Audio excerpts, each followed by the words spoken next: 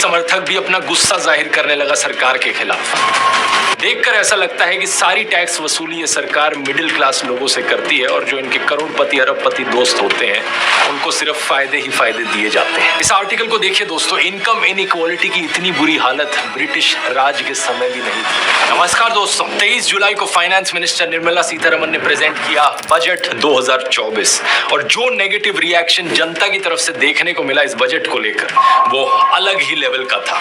बड़े से बड़ा मोदी समर्थक भी अपना गुस्सा जाहिर करने लगा सरकार के खिलाफ। इन ट्वीट्स को देखिए, 17 जून तक जो लोग कह रहे थे कि हमें तो डिक्टेटर मोदी देखना है, 23 जुलाई तक आते आते ये कहने लगे प्लीज हमें भिखारियों की तरह ट्रीट मत करो। 9 जून तक जो लोग कह रहे थे now I can die peacefully, 23 जुलाई तक आते आते कहने लगे worst government I have seen in terms of tax issue.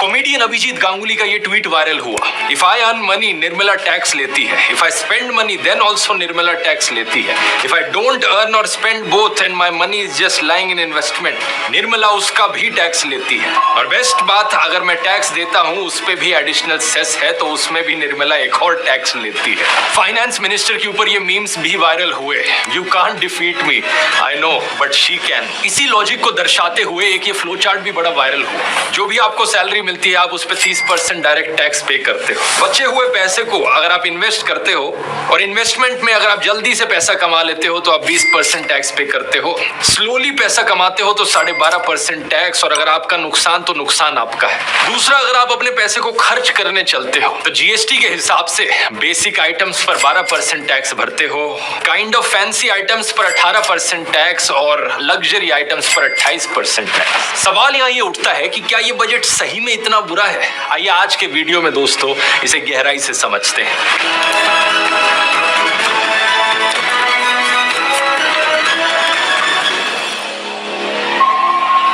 शुरुआत करते हैं उस चीज से जिसे सबसे ज्यादा क्रिटिसाइज किया जा रहा है, कैपिटल गेन्स टैक्स। ये टैक्स तब लगता है जब आप कोई अपना एसेट बेचते हैं, जैसे कि घर हो गया या जमीन हो गई, या फिर जब आप अपनी इन्वेस्टमेंट से प्रॉफिट कमाते हैं, जैसे कि स्टॉक मार्केट या म्यूचुअल फंड्स में जब आप पैसे इन्वेस्ट करते हैं। कैपिटल गेन्स टैक्स को 2 हिस्सों में डिवाइड किया जाता है। अगर आप किसी चीज को खरीद बेच रहे हैं 1 साल से कम के पीरियड में तो उसे शॉर्ट टर्म कहा जाता है, और जो टैक्स तब लगता है उसे short term capital gains tax कहा जाता है। शॉर्ट में कहा जाए तो STCG। लेकिन अगर आप अपनी इन्वेस्टमेंट्स को 1 साल से ज्यादा समय के लिए रखते हैं तो उसे लॉन्ग टर्म पीरियड कहा जाता है, और ऐसे केस में टैक्स लगता है long term capital gains tax, LTCG। अब इस नए बजट में सरकार ने क्या किया है, इन दोनों टैक्सेस को बढ़ा दिया है। Short term capital gains tax को बढ़ा दिया गया है 5% से, पहले 15% होता था, अब 20% कर दिया गया है। और long term capital gains tax को बढ़ा दिया गया है 2.5% से, पहले 10% होता था, अब ये 12.5% पर है। लेकिन इस केस में सरकार ने एग्जेम्पशन को भी बढ़ा दिया है। पहले 1 लाख की एग्जेम्पशन होती थी, अब ये 1.25 लाख की एग्जेम्पशन कर दी गई है। यानी कि 1 साल में अगर आपका प्रॉफिट 1.25 लाख से नीचे है तो आपको ये टैक्स नहीं भरना होगा। अब जाहिर सी बात है, जो भी लोग स्टॉक मार्केट और म्यूचुअल फंड्स में अपने पैसे को इन्वेस्ट करते हैं वो लोग गुस्सा है सरकार से, क्योंकि उनके लिए सीधे तौर पर ये नुकसानदायक है। इसके अलावा जो लोग फ्यूचर्स और ऑप्शंस में ट्रेडिंग करते हैं उनके लिए भी बड़ी बुरी खबर है। इनकी ट्रेडिंग पर एक सिक्योरिटीज ट्रांजैक्शन टैक्स लगाया जाता है।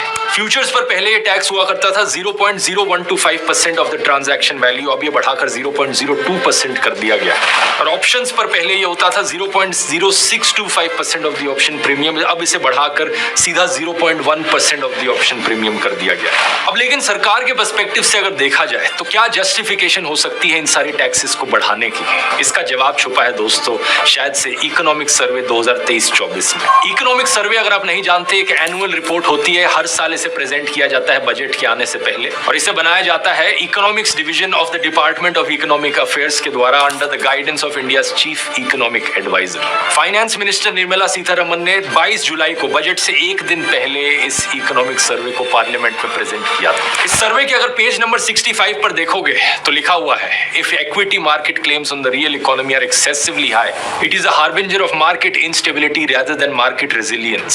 सिंपल शब्दों में कहा जाए तो इनका इनका कहना है कि स्टॉक मार्केट का एक बबल सा बन रहा है और अगर मार्केट के क्लेम्स बहुत ऊंचे होते हैं तो उससे मार्केट इंस्टेबिलिटी होती है। कमाल की बात देखो दोस्तों कि अभी तक जब भी सरकार को क्रिटिसाइज किया जाता था इकोनॉमी, बेरोजगारी, इन्फ्लेशन जैसे मुद्दों पर, ये कहते थे कि स्टॉक मार्केट की तरफ देखो, स्टॉक मार्केट तो कितना ऊपर जा रहा है, अगर स्टॉक मार्केट ऊपर जा रहा है तो डेवलपमेंट हो रही है देश में। लेकिन अब कहा जा रहा है कि स्टॉक मार्केट का ऊपर जाना कोई इंडिकेटर नहीं है, अगर स्टॉक मार्केट ज्यादा ही ऊपर जा रहा है तो मार्केट इंस्टेबिलिटी हो सकती है। क्लियरली सरकार इस चीज को यहाँ डिस्करेज करना चाहती है, स्पेशली फ्यूचर्स और ऑप्शंस की ट्रेडिंग, जो कि मेरी राय में भी बहुत रिस्की चीज है।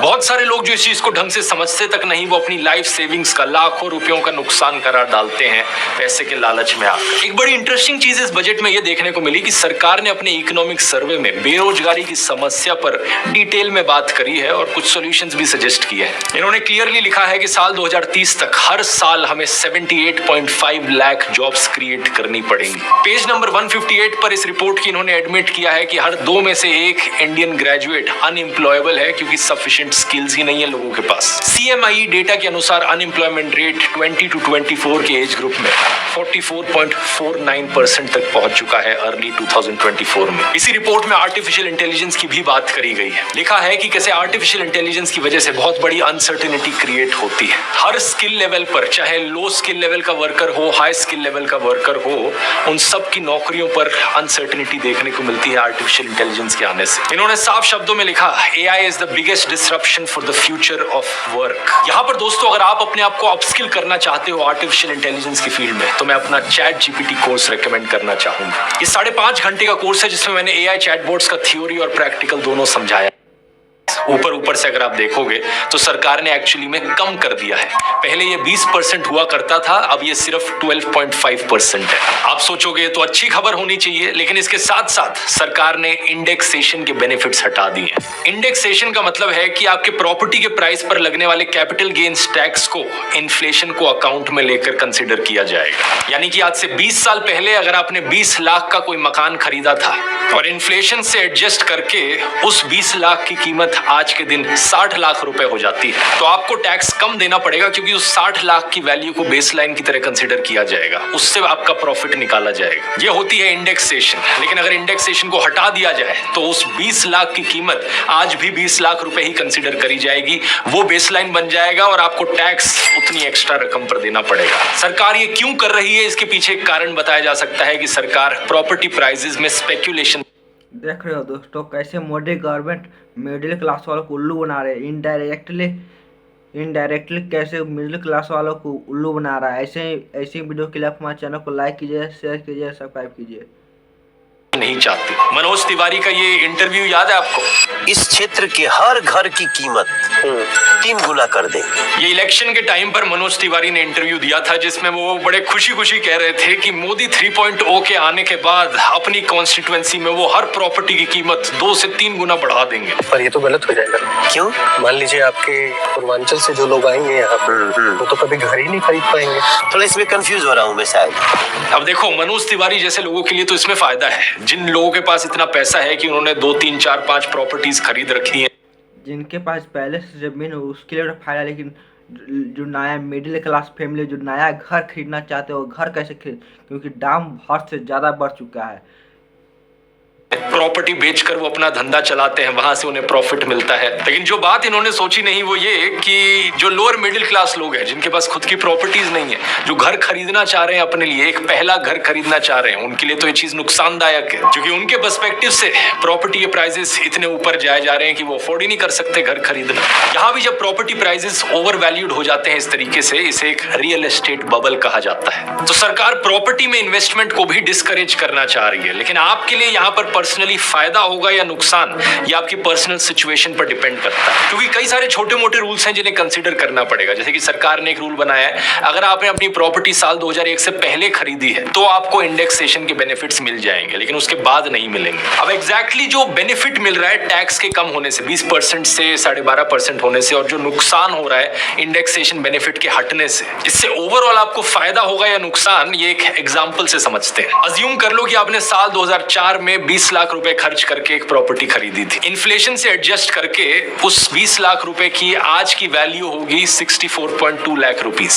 ये कैसे कैलकुलेट हुई? CII वैल्यू डिसाइड करके। CII होता है कॉस्ट इन्फ्लेशन इंडेक्स, जो कि एसेट के प्राइसेस की हर साल की इन्फ्लेशन कैलकुलेट करता है। हर साल इनकम टैक्स डिपार्टमेंट CII के नंबर्स रिलीज करती है और बेस ईयर यहाँ पे साल 2001 को लिया जाता है। साल 2004 में जब हमने प्रॉपर्टी खरीदी, उस साल की CII वैल्यू थी 113 और इस साल की CII वैल्यू है 363। तो 363 डिवाइडेड बाय 113 होता है 3.21 और इसी नंबर को हम मल्टीप्लाई करेंगे अपनी 20 लाख रुपए की कॉस्ट से इन्फ्लेशन एडजस्टेड वैल्यू निकालने के लिए अपने घर की आज के दिन। अब ये घर कितने में बिकता है? Centre for social and economic progress की स्टडीज के अनुसार हाउसिंग प्राइसेस इंडिया में 9.3% के एनुअल रेट से बढ़ते रहे हैं 1991 से लेकर 2021 के बीच में। अगर हम यही ट्रेंड अज्यूम कर लें तो इस घर का सेलिंग प्राइस हो जाएगा आज के दिन 1.24 करोड़ रुपीस।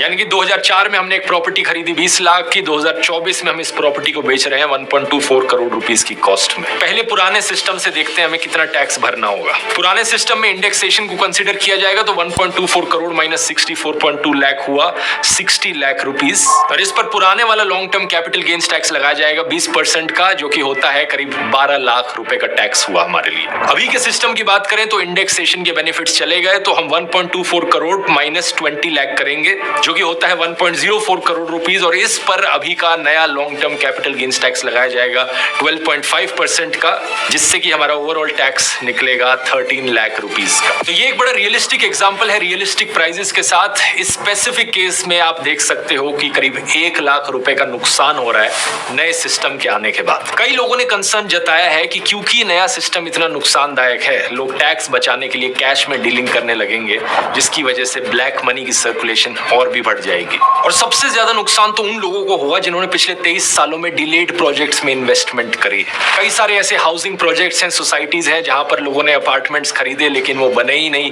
5-10 साल डिले हो गए और अनलेस उन प्रॉपर्टीज का प्राइस एकदम से ड्रास्टिकली बढ़ जाए, इन लोगों को तो और भी ज्यादा नुकसान होगा। बस इकलौता फायदा इस पॉलिसी का जो सरकार उम्मीद कर सकती है वो ये कि प्रॉपर्टी प्राइसेस में जो स्पेकुलेशन देखी जा रही है वो कम होगी, प्रॉपर्टी प्राइसेस इतनी तेजी से नहीं बढ़ेंगे और शायद लोअर मिडिल क्लास लोगों को घर अफोर्ड करने का एक मौका मिल पाएगा। फिर आते हैं हम एंजल टैक्स पर। वो टैक्स जो स्टार्टअप्स पर लगाया जाता है जब भी स्टार्टअप्स अपने फ्रेश शेयर्स इशू करते हैं अपने कंपनी के फेयर मार्केट वैल्यू से ऊपर के प्राइस पर। और नए बजट में सरकार ने इस टैक्स को हटाने का प्रपोज किया है। ये एक अच्छा फैसला है। इनफैक्ट ये एक ऐसा फैसला है जिसे ऑपोजिशन पार्टीज ने भी प्रेज किया है। कांग्रेस लीडर्स का तो कहना है कि उनकी ये डिमांड काफी समय से रही थी और इनफैक्ट ये चीज उनके खुद के मैनिफेस्टो में भी लिखी गई थी। फिर इनकम टैक्स पर तो उसमें कुछ बहुत छोटे से माइनर चेंजेस किए गए हैं जो एक छोटे से स्केल पर फायदेमंद रहेंगे मिडिल क्लास लोगों के लिए। जैसे कि स्टैंडर्ड डिडक्शन को 50,000 से बढ़ाकर अब 75,000 रुपीस तक कर दिया गया है। स्लैब्स में भी थोड़ा सा चेंज आया है। पहले 3 से 6 लाख रुपए की ईयरली इनकम पर 5% का इनकम टैक्स लगता था, अब 3 से 7 लाख रुपए की इनकम पर 5% का टैक्स लगेगा। सिमिलरली 10% टैक्स रेट का जो स्लैब था वो पहले 6 to 9 लाख की रेंज में था, अब वो 7 to 10 लाख की रेंज में। 15% टैक्स का भी पहले 9 to 12 लाख की रेंज थी, अब 10 to 12 लाख की रेंज है। बाकी आगे के टैक्स रेट्स में कोई बदलाव नहीं आया है। एग्जैक्टली आपके लिए यहाँ पर कितना फायदा होगा वो डिपेंड करता है कि आपको कितने डिडक्शंस मिल रहे हैं सेक्शन 80D, 80TTA, 80TTB के अंडर। एग्जैक्टली आपकी एनुअल इनकम कितनी है, लेकिन मोटे मोटे तौर पर कहा जाए तो एक मिडिल क्लास आदमी के लिए नेग्लिजिबल फायदा है इस चीज में भी। इसे आप पिछली सरकारों से कंपेयर कर मिडिल क्लास के लिए एकदम न के बराबर फायदा है। जब बताया गया है एकदम थोड़ा सा फायदा है, लेकिन बाकी सब नुकसान ही है मिडिल क्लास के लिए।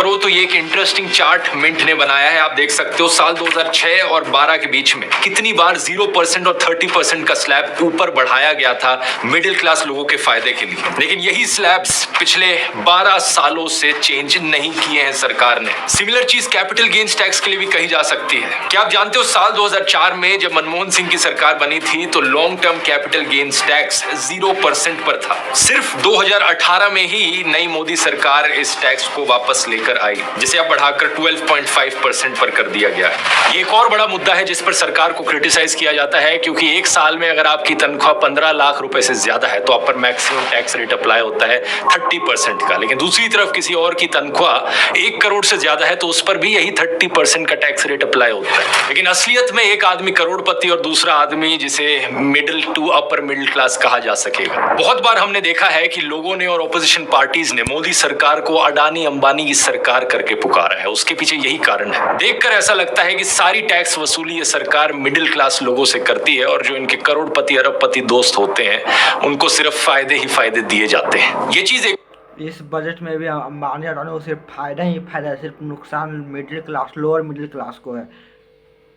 और डेटा पॉइंट में झलकती है। बजट डॉक्यूमेंट्स में हमें देखने को मिलता है कि सरकार के पास जो कमाई हो रही है वो 19% पैसा इनकम टैक्स से आ रहा है, 18% जीएसटी से आ रहा है और सिर्फ 17% कॉर्पोरेट टैक्स से आ रहा है। अब इस ग्राफ को देखिए, हमेशा ऐसा नहीं होता था।